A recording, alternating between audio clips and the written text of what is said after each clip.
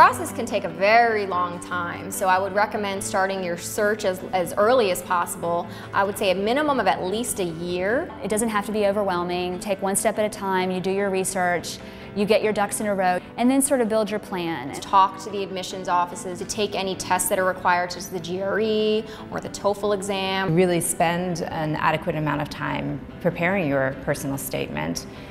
If you have the opportunity, you'll also want to visit the institutions that you would be applying to and go to classes and speak with faculty and speak with current students. To ask for recommendations, and that can sometimes be a drawn-out process because now you are dependent on someone else to make sure that they get you the recommendation in time. You'll also want to start very early researching sources of funding. And the year prior to when you want to matriculate is when you begin to file other scholarship applications. You begin to get your financial aid in a row. Once the FAFSA for that coming academic year becomes available, you need to file it and get that in. Also, if you give yourself enough time, you can do a self-analysis, a self-assessment of ultimately, is this the right path for you? Is this really what you want to do to get to your career goal? You want to make sure that you're not rushing into this. It's a financial investment, but also a personal investment. The people who have really put the time and energy into the research and preparation process, that really does come through in an application, and you really do have a sense of, as a reader or a committee member, that this person knows what they're getting into and is going to be a good fit with the institution.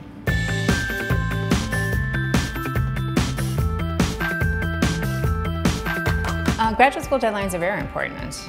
There are a lot of competitive admissions processes in which if your application is late, it will not be considered. It will not be read, you will not be evaluated.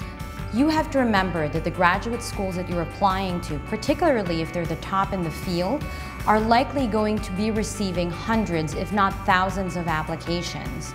And as such, they really need to stick by particular deadlines in order to be able to move through the application review and decisions process within a timely manner. It's your first step to showing them that you can follow by their rules, that you're able to submit documents on time. So however you keep track of your life, whether it's a Google Calendar or an iCal calendar, or even just a physical calendar, it could be a checklist that you say, this month I'm going to work on this application, and the next month I'm going to work on this one because this one has a later application date. But you should really make sure that you know the deadline. I also think that deadlines are very important when it comes to any merit funding that an institution might have available.